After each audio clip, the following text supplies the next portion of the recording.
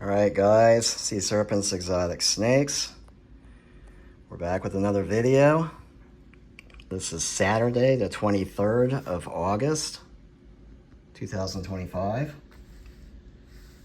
And I just met up with Jermaine, Shovel-Nosed Hogs, a little over an hour ago, so I'm back home.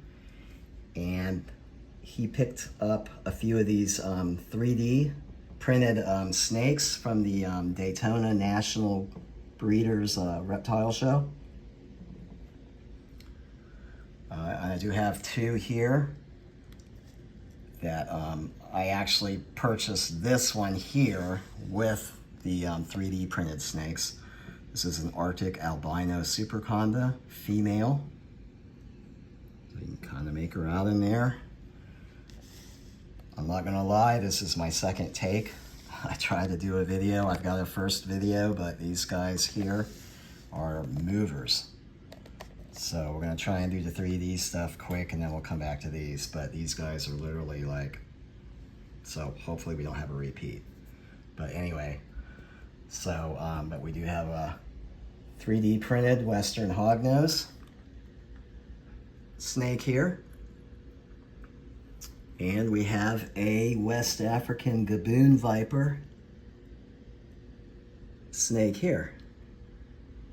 And since I couldn't attend the show, he was vending there. So, you know, I asked him and he said, sure, no problem. So he grabbed these for me. So again, I met up with him and I'll go ahead. Met up with him and got these and then got my Arctic albino, but he also threw this one in as a freebie here. This was one I wanted as well. We'll get to these in a second. So, but you look at the underbelly of the 3D thing, it's got the little orange specks on it with black, pretty cool. This whole thing is cool. So, get it to flip over. There we go, okay. So, and then we've got the gaboon viper here, and these will go great on the rack, top of the racks here, and along with my Gila monster that I got at my local reptile shop. But anyway, so you see the gaboon viper here. So it's just amazing what they can make with these. I mean, this material and everything and how they can make these things. It's just super cool, in my opinion. Look at these guys. Yeah, this is just like the newest thing here. I mean, they've been out for a couple of years now. But anyway, all right, well, let's move on to the snakes here. So this one here, and this one's actually kind of special to me because this was actually his first clutch of sunburst and sables. And this was the first snake to pip out of the first clutch of his season, his whole 2025 season. So this girl's got a special place here for being the very first hognose baby. And you see she's kind of a pinkish color. So we're gonna go ahead and these guys are small. I mean, they are tiny. Okay, so she's got the head markings, head stamp, neck flags. Again, these guys, yeah. Okay. Yeah, they definitely are movers.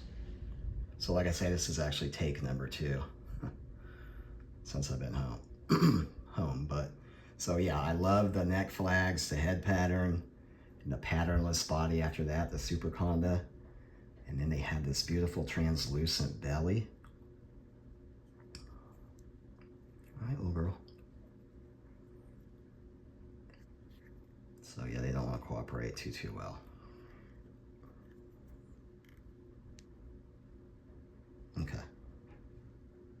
So anyway, but you see that beautiful belly. He hatched out 2 of these last year, and he kept 1, his holdback. So let's see this one here. Hang on, let me just. All right. Okay. So he kept 1 from last year, his holdback girl. So when he produced some more of these this year, I was like, I definitely got to get one of those. And then this guy here, this is a Sunburst Conda male number 3. And he was one that I had picked out and had on hold and everything. Well, then his Lemon Ghost stuff came out about 8 weeks ago. And those babies popped out, and I knew I wanted to get one of those Lemon Ghosts from him. So, but anyways, so this is actually the icing on top of my hognose snake collection now, because this guy here, I wanted him and everything, but then when the Lemon Ghost, I knew, I'm like, okay, I just got to settle it too. So, but he did me a solid, and he actually just had this one with him when I met him earlier. So, all right, well, buddy, see, same thing. And these guys are just movers. All right. Yeah, these guys are movers. So I'm going to set them up in bigger tubs. Yeah, see, that's why I'm doing a retake here of these snakes, because, yeah, this is what was going on earlier. Okay. So anyways, this guy and number 4 were my favorites out of his sunbursts. And so anyway, but this one I ended up really digging, because he's got those small saddles down the back and everything. So just really cool, the red eyes. And then their bellies are somewhat translucent as well. And this is more of an orange, kind of an orangish colored snake, as you can see.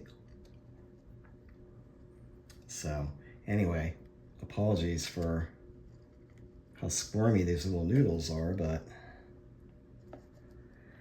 all right, so let's do the same thing. Try and get him back without him, yeah, making a run for it. Okay, you know what? Let me do this.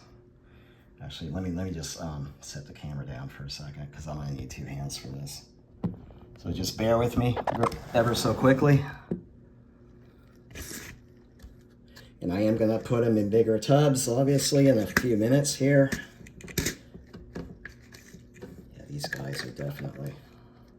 All right, I may end up putting the first video up, because I mean, this is turning into a situation here. All you can do is hear my voice right now.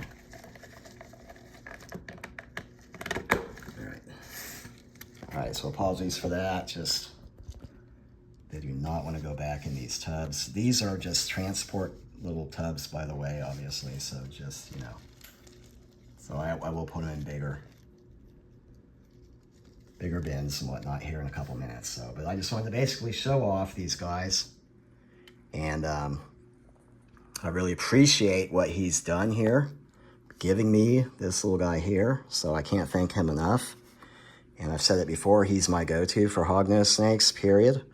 And then he did help me out to secure a few of these 3D things. And what I want to do real quick is we're going to take a quick look at Lemon Drop. This is Saturday, so last Saturday, a week ago, I actually fed him. He's taken pinkies the whole time. Okay, so he's taken pinkies the whole time that I've had him, every week. So he's eating consistently. But I'm kind of wondering, we're just going to take a look. And of course, there's Lucy, my Arctic female, 50% leucistic. All right, so we're just going to take a look, because I haven't seen him now for a couple of days, so I'm sort of thinking maybe he might be. He's due for his second shed, which would be a growth shed. So we're kind of looking underneath. He still looks pretty black. I don't see any dullness yet. Can't really make out his eyes too much in this position, but all right. But anyway, so this is my Lemon Ghost Woma male here. All right, so and I anticipated this about a week or something back. I was saying he should be going into blue, and so far nothing. But, you know, he should be following suit. And we'll try and pop this lid ever so quickly and just see if we can take a peek at him. Just for the sake of it. Okay, let's see. He's got to be, yep, there he is. All right, so we'll just kind of,